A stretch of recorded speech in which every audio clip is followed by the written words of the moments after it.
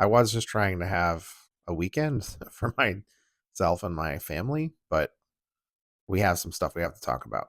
There's some breaking news. There's the whole thing with the girls fighting. So I'm going to talk about that a little bit. All right. First, the girls fighting. Apparently, there's a falling out. To the extent this is real, I'm not really sure. Elon Musk and Trump have had a bit of a public breakup. Their bromance has, I guess, fizzled. Apparently, it's not a full summer thing. So Elon Musk has thrown some jabs. Trump has thrown some jabs. To be honest with you, I'm a bit skeptical. I feel like, here's my frame of reference here. What has Trump actually been the most successful with? That's television. If he's good at anything, he's good at grabbing media attention. I don't know if this is manufactured or what. I think some of this stuff plays to Trump's advantage, the GOP's advantage and their agenda, Project 25's advantage, and Elon Musk. I don't know. Like, they're both idiots. They're both egomaniacs. Elon Musk was supposed to step down as a special employee of the government, whatever his title was supposed to be. Like, he wasn't that. Everything he did with Doge, like, he didn't have congressional approval. There was no background checks. It was supposed to be an advisory role. That's it. He had no right to do any of the stuff he and Doge did, and Doge is still active. And now Russell Vogt is in charge of OMB and Doge. And that guy is certifiably nuts. Like, he is an evil monster, and he'll be in charge of Doge, which I think Doge stands for dumb oligarchs grift everything. These are bad actors. Like, we have like a criminal syndicate in charge of our entire, normally it would be a government if we had serious people in charge that actually believed in what they were supposed to be doing and in an elected position and with congressional approval if that's the case. But that's not what this is. Like, it's a bunch of hostile actors. So I don't know. I don't trust any of this stuff. But even if it is the case where they're having a bit of a tiff, like, we've seen that before. Like, everybody who leaves the Trump administration, or a lot of people anyway, in the past, it was true in the first time he ran and was president. Like, people said a lot of things that would have been good to know much later in the game, like years later. They write books and they speak up when it's going to help their book sales, but when it would have helped the American people, they're sort of quiet. Or I don't know whether there's like NDAs or if they are worried about retribution while Trump still had power. Who the hell knows? I don't know what to make of it. I know people are getting pissed off at the idea of people saying it's a distraction. I've said it's a distraction because I think anything that draws attention away from the budget bill, which effectively takes healthcare away from anywhere from 10 to 16 million people, cuts Medicare by $500 billion, Medicaid $800 billion or so, it eliminates a lot of SNAP benefits, on and on and on. And then the rescission, that's the thing that we should be talking about too, because the rescission is what formalizes the things that Doge did, like all those cuts, all those agency cuts or agency eliminations. None of this is normal, folks. And they're going to sit there and try to spin this every which way. Like, the attacks on Medicaid are somehow going to make Medicaid better. That makes no sense. We know what happens when you cut the funding and you compromise an entire, like, all the essential elements of a program. What it's going to do is make it fail, which is what they want to do. And all of this is to benefit billionaires. Like Elon Musk, I think he had a dual pronged reason for what he was doing. Primarily, it was to cover his own ass and his companies from being held accountable for the things that they were doing.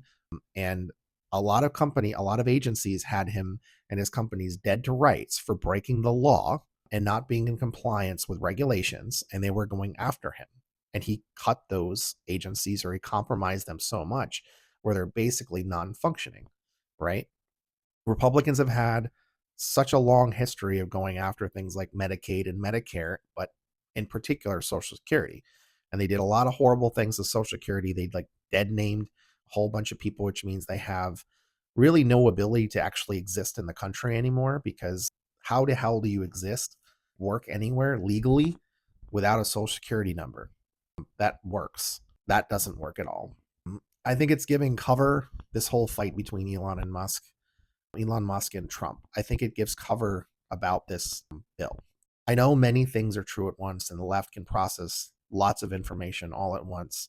But the media, the mainstream media, generally doesn't. Like, they'll stick to the hot story and their little guideline of if it bleeds, it leads. And that's what's going to get the media attention. This stuff about Elon Musk and Trump, that's going to get the media attention. It's going to take it away from the budget bill, and people are not going to be talking as much about the harms of it. There's important races. There's an important mayoral race in New York where we have a very progressive gentleman running that I hope wins against Andrew Cuomo, who's one of the most corrupt pieces of crap I've ever heard of. This gentleman's name is Zandani, and I really hope he wins. There's a progressive victory discourse to get involved in. I'll try to leave some links for that, but we can make some phone calls and help phone bank for that. So I don't know. I think it's a distraction. We can laugh at them. Of course, we can laugh at them. It's funny, but I think we should not forget that we need to be active and calling our representatives and saying this bill really should not pass. And we need to be raising the alarm bells for especially Republicans, because it's Republicans that are the ones that are often using all the benefits like Medicaid and Medicare. I mean, it's not just Republicans, but like having 706. Sorry, I got cut off. Phone storage warning. With the breaking news, I got to lay out the timeline.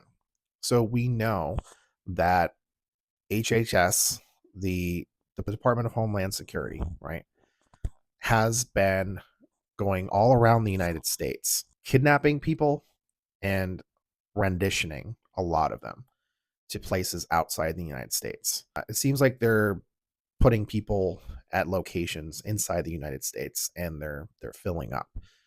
Apparently, the amount of people that they've kidnapped thus far is not to Stephen Miller's satisfaction. This guy is an absolute ghoul. I just personally, I think the guy is a Nazi. He is an admitted white nationalist. I think the majority of the people in Trump's cabinet are fascists. Many of them are actual Nazis. Stephen Miller, absolute ghoul, gives a directive, and I think this goes down to Tom Homan and Pam Bondi, to 5x the number of people that they're kidnapping per day. They want to deport. Basically, they just seem to be going after brown people generally. I'm not at all convinced that these people are criminals in any capacity. They haven't proven that. That's the reason why we have the court systems. If they were doing what Trump promised and Trump ran on, they would have just continued the policy that Biden had.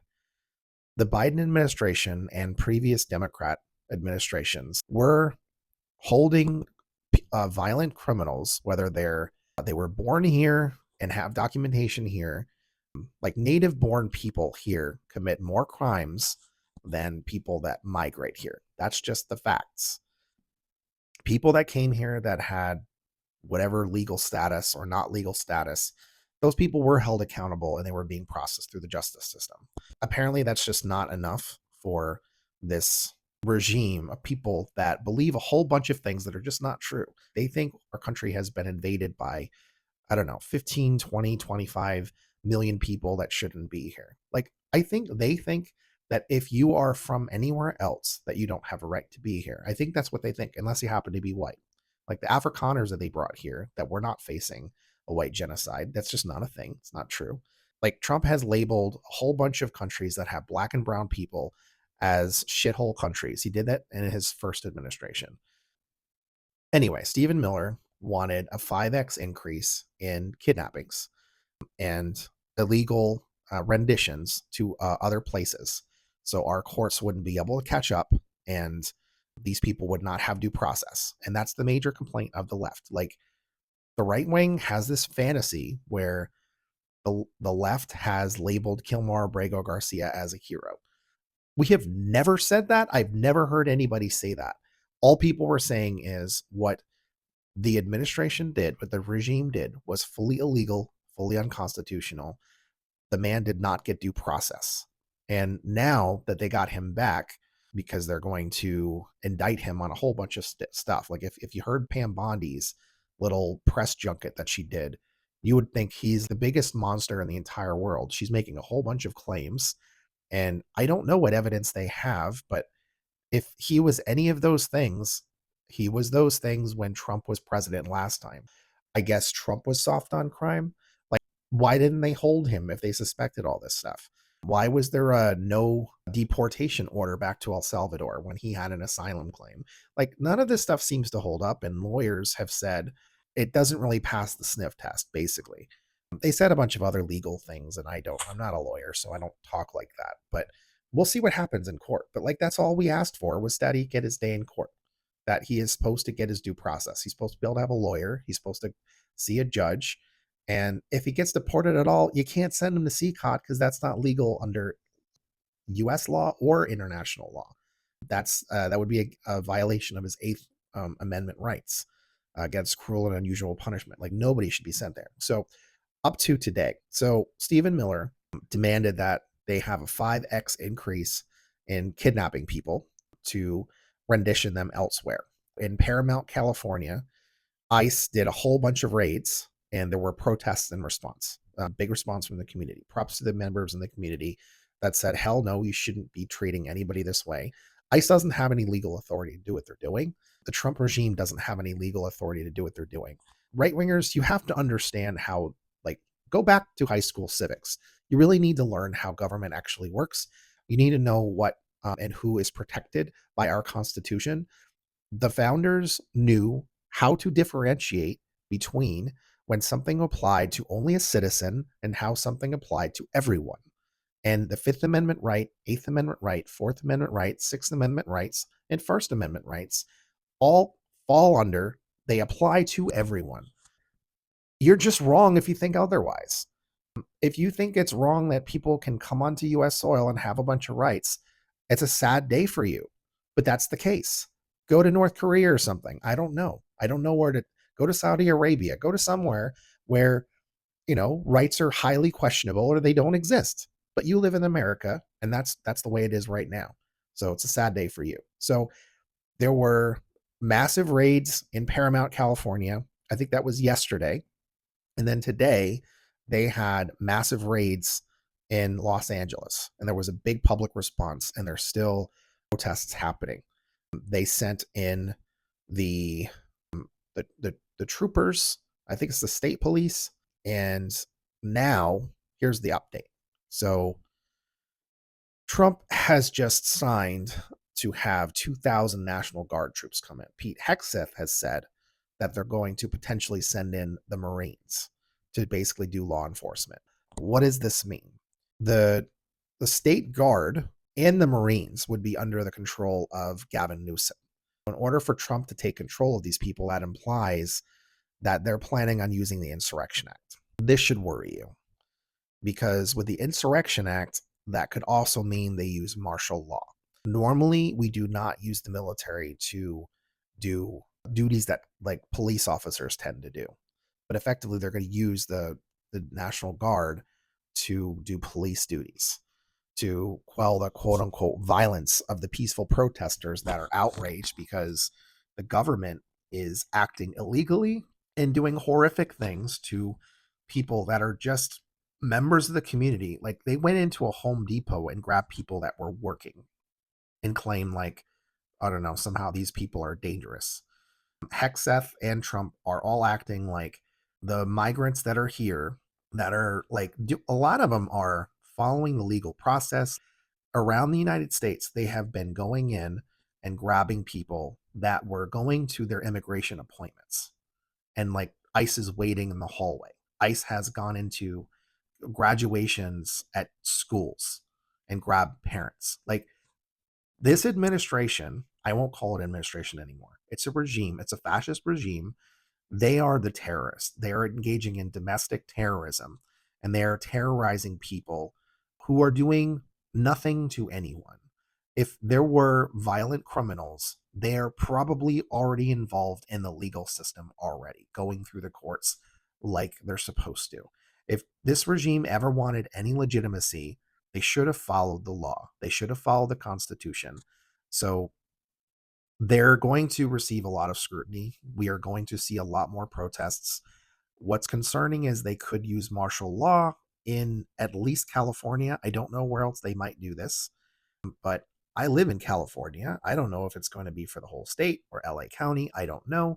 But a lot of our rights could be heavily restricted. And I don't know if this is going to be a limited thing or if it's going to be an expanded thing.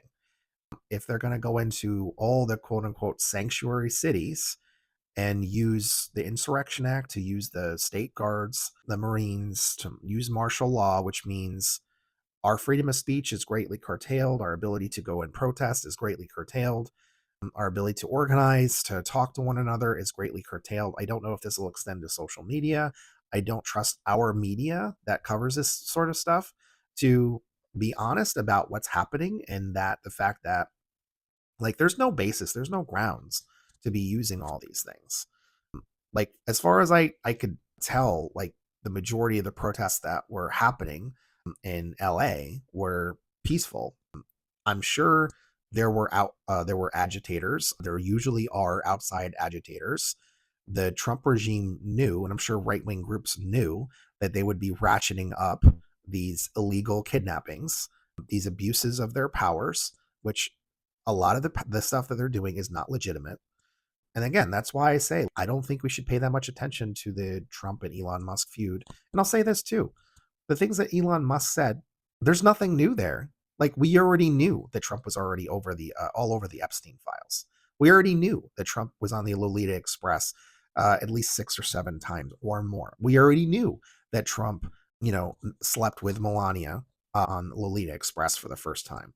We already knew that. Like we saw the or we heard the tape, the video that was it Mike Wolf, I think, did an interview with Epstein, and he had said that he was friends with with Trump for over 10 years, and then he was a horrible monster, and he basically gave a detailed account about how he raped his ex-wife after a hair transplant that didn't go so well, and it caused him a lot of pain.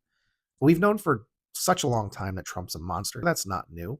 And then Donald Trump didn't really throw too many shots at Elon Musk, and a lot of this stuff wasn't anything groundbreaking, to be honest. Like it's just stuff we already knew for the most part. Like he's hooked on a lot of drugs. I think most of us already were aware of that. He was bitching and moaning about the EV credits or whatever. It's it's a distraction. And again, it probably is a distraction about the the the data grab of like that master list of data, the data files for all American citizens that is now consolidated thanks to Doge. It used to be separate. Like people were hitting me up in the comments when I posted about this on Facebook, I think, and they were kind of trying to roast me, saying, "Well, they knew all this stuff already." And I'm like, I'm not saying they didn't know this stuff. They knew a lot of this stuff. They had to know a lot of this stuff. The difference is it's now consolidated, which is a major security threat. And they're saying they have something like 300 data points on every American citizen in one place, and they sold it to Palantir, in a technology and surveillance company that has high tech AI that's already been used for a lot of nefarious stuff, including in Gaza, targeting innocent Palestinians. And they're not here anymore, thanks to what Palantir was able to do with drone technology. And there's no limit to what they can do with all this stuff. I Excuse me if I don't give a crap what Elon Musk and Trump are beefing about, when there are far greater things to be concerned with.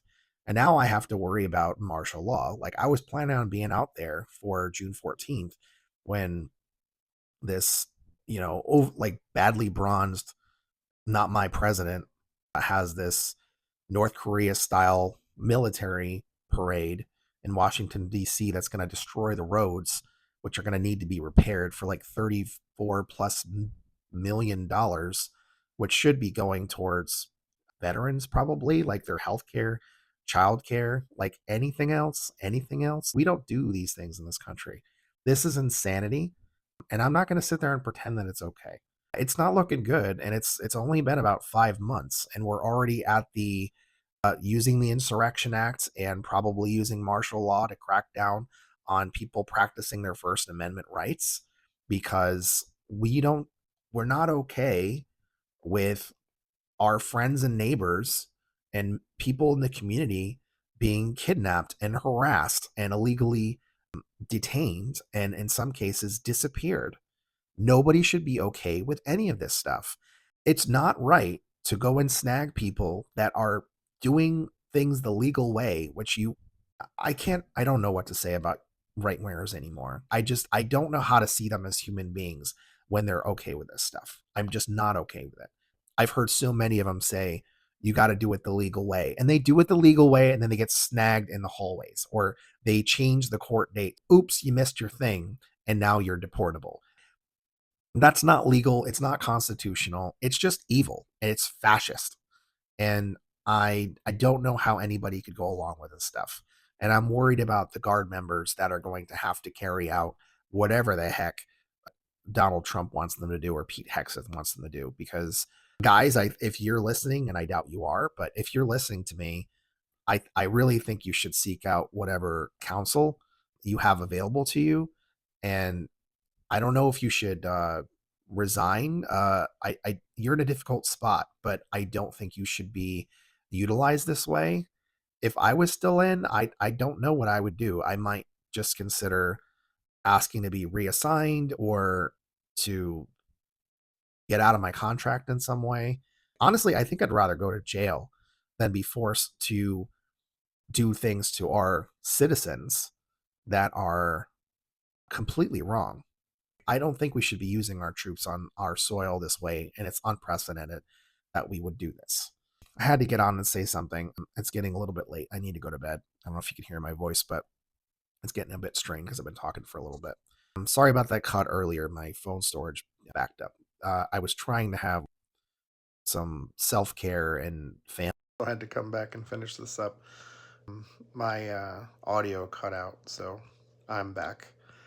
What I wanted to say at the end of my clip that got cut off is I think we really need to rise up with peaceful demonstrations. I think it would be great to have 10 to 25 million people all across the United States to stand in solidarity with the people in Los Angeles in peaceful protest against this regime's crackdown on people that are practicing their First Amendment. So we need to be a big, loud voice in opposition to this fascist regime and their overreaches, their very illegal, unconstitutional activities. Folks, we cannot be violent. I keep running into people online. I don't know if these are real people, but if they are, I worry that they're going to inspire people to do things that are going to make things much worse on all of us, if not make it impossible for us to have any sort of victories at all. We cannot give people reasons to go against us. We have to stay peaceful. I know it's tempting to be angry and want to lash out and strike back, but you have to consider the possibility that you're going to be endangering people's lives and make victory nearly impossible if it's really easy for all the forces that are against us, or people that might be on our side, to turn against us and be united with the fascists. Go back and read history. Violence is almost never going to be turning the tide against authoritarians. You need to have a lot of peaceful resistance. There's lots of tools in our tool belt that we can use. So things like general strikes, the boycotts, contacting our representatives. It's just being drops and drops and drops of change. like I said in my sort of poem that I wrote about this. We have to understand what we're up against. They have a monopoly of violence. We have a monopoly on being correct, that authoritarianism is not the way, and people do not want what this regime is trying to bring. And we have a lot of allies around the world if we stay peaceful. But if we turn violent, then it's just, I don't know, what, a civil war? Do you really want a civil war against the most militarized, you know, military and police force in the world that we have here? I know they don't have massive numbers, but they can do a lot of damage with what they have. So, be peaceful in your resistance. Use the tools. Form strong community. Stand together. If for some reason I go dark, there's a variety of different reasons why that might have happened. If you hear there's martial law in California, there may be pretty big crackdowns happening here. That's where I live. I live in Northern California. Right now, all the actions in Southern California and Los Angeles, they're bringing troops down there tonight, and possibly the Marines, which is nuts. But stay strong. When it's safe, get out there in the streets and protest. Continue your boycotts. Continue contacting your representatives. Strengthen your communities. Have a, chain of communication of people that you check in with often. Make sure your people are okay. All right. Take care.